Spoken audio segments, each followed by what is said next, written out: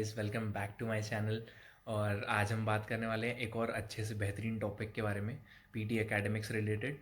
वो है writing section, जो कि अगर आप अच्छे से प्रिपेयर करें तो आपके ओवरऑल स्कोर को बूस्ट कर सकता है, सिग्निफिकेंट बूस्ट देगा।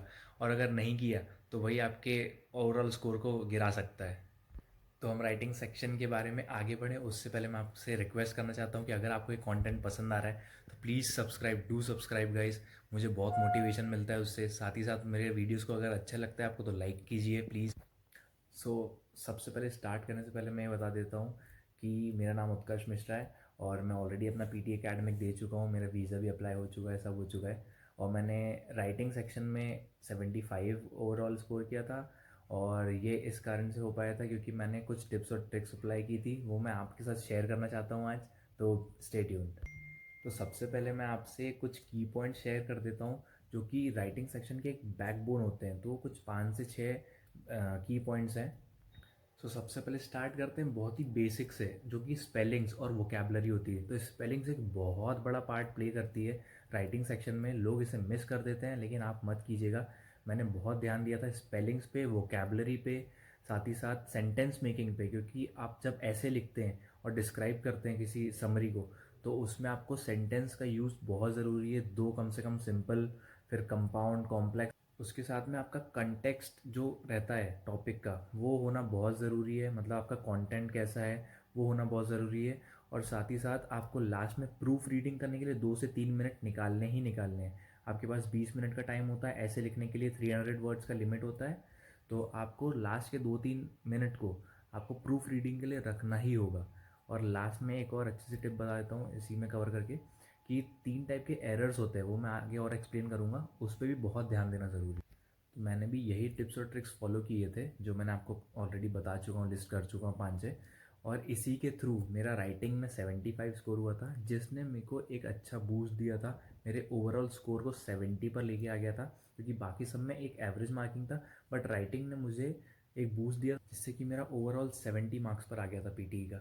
तो पीटी एकेडमिक में 4 सेक्शंस होते हैं, LSRW, लिसनिंग, स्पीकिंग, रीडिंग और राइटिंग के। तो मैंने राइटिंग को सिर्फ एक हफ्ता दिया था और उसमें मैंने 75। इसमें ग्रामर, स्पेलिंग और वोकेबलरी का एक बहुत छोटा सेक्शन होता है। उनके इंडिविजुअल जो क्वेश्चंस होते हैं वो तो 1-2 ही मार्क्स के होते हैं। बट यही तीनों को जब हम कंबाइंड ऐसे में यूज़ करते हैं ना, तो वो एक बहुत ज़्यादा नंबर्स का होता है। एक तो ऐसे, और साथ ही में ये तीनों चीज़ उसकी बैकबोन होती है ऐसे की। अब बात कर लेते हैं कि ऐसे में कितने वर्ड लिमिट होती है और ऐसे कैसे लिखा जाता है। तो ऐसे की एक वर्ड लिमिट होती है 300 वर्ड्स की। तो हमें बिल्कुल ऐसा नहीं कि 300 वर्ड्स भर देने हैं, भर भर के लिखना है, ऐसा नहीं। और ना कि 200 वर्ड्स तक के, मतलब ऐसा शॉर्ट लिमिट रखनी है। हमें 230 से 240 वर्ड्स लिखने हैं, जिसमें एक अच्छा मार्किंग हो जाता है। Be very clear about your content, क्योंकि टॉपिक के कंटेक्स्ट में लिखना एक बहुत अच्छी चीज़ है। नहीं तो आपको मार्क्स नहीं मिलेंगे। आप कितना भी लिख दो, 300 वर्ड्स भी लिख दोगे ना, तो भी AI जनरेटेड है एक तो मार्किंग सिस्टम इसमें, तो आपको नंबर नहीं मिलेंगे ऐसे में। So make it simple. अपने ऐसे को डिवाइड कर लो, है ना, 2-3 पार्ट्स में। सबसे पहले तो आप सेंटेंस करेक्टनेस में ध्यान देना चाहिए कि सिंपल सेंटेंस कम से कम 1 से 2 होने चाहिए, होने ही चाहिए अपने ऐसे में।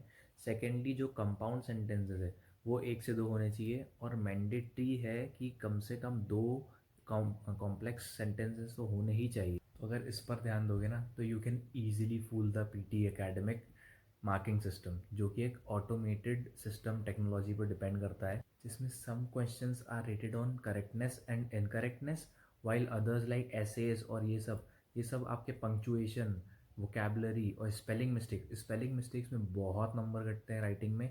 हमें लगता नहीं है, बट स्पेलिंग मिस्टेक्स हमसे होती है, मुझसे भी हुई थी। आप मॉक टेस्ट दो, फ्री मॉक टेस्ट जो भी अवेलेबल है गूगल पे वो दो, क्योंकि उससे आपकी स्पेलिंग बिल्कुल अच्छी हो जाएगी और साथ में वोकेबलरी आपके एनहांस करके ही ऐसे तो आप अपने ऐसे की प्रैक्टिस रैंडमली भी कर सकते हो। और जहाँ आपको फ्री मॉक टेस्ट्स मिल रहे हो वहाँ पे तो आप ज़रूर से ज़रूर करो, क्योंकि ना उसमें आपको एक मतलब अपना आइडिया हो जाएगा कि आप कितना अच्छा कर रहे हो। और जैसे कि मैंने बताया था, आपका फ्लुएंसी ऑफ टेक्स्ट बहुत अच्छा रहना चाहिए, साथ ही में कॉन्टेक्स्ट रहना चाहिए। जो भी टॉपिक दिया है आप रैंडम टॉपिक्स उठा लो, इंटरनेट पे से बहुत सारे टॉपिक्स मिल जाते हैं, और खुद से लिखना चालू करो। जब तक खुद से नहीं लिखोगे, compound complex sentences, simple sentences नहीं डालोगे, कुछ नहीं होगा। ये मैंने बहुत बार ट्राई कर चुका हूँ कि फ्रेम्स दी रहती है, मतलब कहीं कहीं चैनल्स हैं यूट्यूब पे, उसमें फ्रेम्स दी रहती है कि इसमें सेट कर लो, उससे नहीं होता है, मार्क्स नहीं आते। आपको खुद से अपने अलग से सेंटेंस बनाने पड़ेंगे क्योंकि हर एक टॉपिक अलग होता है। इसके बाद सेकंड क्वेश्चन आता है राइटिंग सेक्शन का, समराइज द रिटन टेक्स्ट। तो उसमें ऐसे से तो it is comparatively very easy, क्योंकि उसमें आपको एक 75 वर्ड्स का एक सेंटेंस बनाना होता है, एक कंप्लीट सेंटेंस जो कि एक समरी को मतलब एज अ समरी आपको डिस्क्राइब करना है। और उसमें आपको कम से कम एक एक सिंपल वही कंपाउंड वही कॉम्प्लेक्स सेंटेंस का यूज़ करना है। और ये जो समराइज द रिटन टेक्स्ट का एक फंडा है, मैं आपको बता देता हूँ, बहुत लोग इसमें गलती करते हैं और सबके मार्क्स कट जाते हैं कि हम उसमें फुल स्टॉप लगा देते हैं। 75 वर्ड्स में एक भी फुल स्टॉप नहीं आना चाहिए। You can use the commas, लेकिन वो भी ज़्यादा नहीं, क्योंकि वो भी 3 टाइप के जो एरर्स है ना, मैं उसमें आपको बताऊँगी कि कैसे कॉमास भी मतलब हानिकारक हो सकते हैं आपके लिए। तो आप उसमें बिल्कुल फुल स्टॉप का यूज़ ना करें, सिर्फ कॉमास यूज़ करें। जो समरी दी रहती है उसको पैराग्राफ में दिया रहता है, तो आप हर एक पैराग्राफ को, जैसे 3-4 लाइन का एक पैराग्राफ है, उसको पहले थरोली पढ़ लो, है ना। उसके बाद में आप उसका एक 2 से 3 लाइन का मतलब एक आप उसकी प्रूफ रीडिंग कर लो, और उसमें से एक एक सेंटेंस बनाते जाओ। सिंपल सेंटेंस हो गया, कोई कंपाउंड सेंटेंस हो गया, ऐसे ही आप कॉमास लगा लगा कर अपना एक सेंटेंस क्रिएट कर सकते हो। और it will be very useful for you, क्योंकि उसमें एक फुल स्टॉप नहीं होगा। तो फुल स्टॉप के बाद में वो सेंटेंस वहीं क्लोज हो जाएगा, उसके बाद आप कुछ भी लिखोगे कोई काम का नहीं रहेगा। तो यही कुछ टिप्स और ट्रिक्स थे गाइस, तो आप भी यही यूज़ कर सकते हो। 75 तो मैंने स्कोर किए थे, आप 90 भी स्कोर कर सकते हो। बस ध्यान देना कि आपकी वोकेबलरी अच्छी करे, और साथ में फ्लुएंसी होना चाहिए टेक्स्ट में, कहीं भी आपका इधर उधर नहीं होना चाहिए, कंटेक्स्ट रहना चाहिए कि जो टॉपिक दिया उसी पे लिखें। और साथ में पंक्चुएशन के जो एरर्स है उसको ध्यान में रखना कि आप कॉमास का ज़्यादा यूज़ ना करें, साथ ही में स्पेलिंग मिस्टेक्स ना करें। और रैंडमली एकदम नॉर्मल सिंपल वाले इंग्लिश के वर्ड्स मत लिखिए, सिनोनिम्स और एंटोनिम्स को प्रैक्टिस करिए, और अच्छे से अच्छे वर्ड्स को लिखिए, क्योंकि ये एआई जनरेटेड एग्ज़ाम होता है ना। तो उसकी मार्किंग भी वैसी होती है, जितने अच्छे आप वर्ड्स लिखेंगे उतने अच्छी मार्किंग आपको होगी। और लास्ट में प्रूफ रीडिंग करना बिल्कुल मत भूलना, 2 से 3 मिनट अपने निकाल के रखना। उससे आप अपनी स्पेलिंग मिस्टेक्स पे ध्यान दे सकते हैं कि ये गलत कर दिया है, मैं इसको वापस से सही कर देता हूँ। या फिर कुछ भी अगर गलत होता है एक सेंटेंस में, मतलब जैसे कुछ फ्रेम नहीं हुआ है, या एक फुल स्टॉप लग गया, या कहीं पे कॉमा मिस हो गया, तो आप वो कर सकते हैं। तो thank you for watching guys. और इसके बाद मैं एक नई सीरीज़ चालू करने वाला हूँ वीडियोज़ की, जिसमें मैंने कैसे लोन्स वगैरह के लिए ऑप्ट किया, कौन से बैंक्स को चूज़ किया, किसको नहीं किया, किसने मुझे बहुत परेशान किया, और मुझे कैसे 30 लाख का लोन सैंक्शन हुआ, वो भी मैं आपको बताऊंगा, स्टूडेंट एजुकेशन लोन।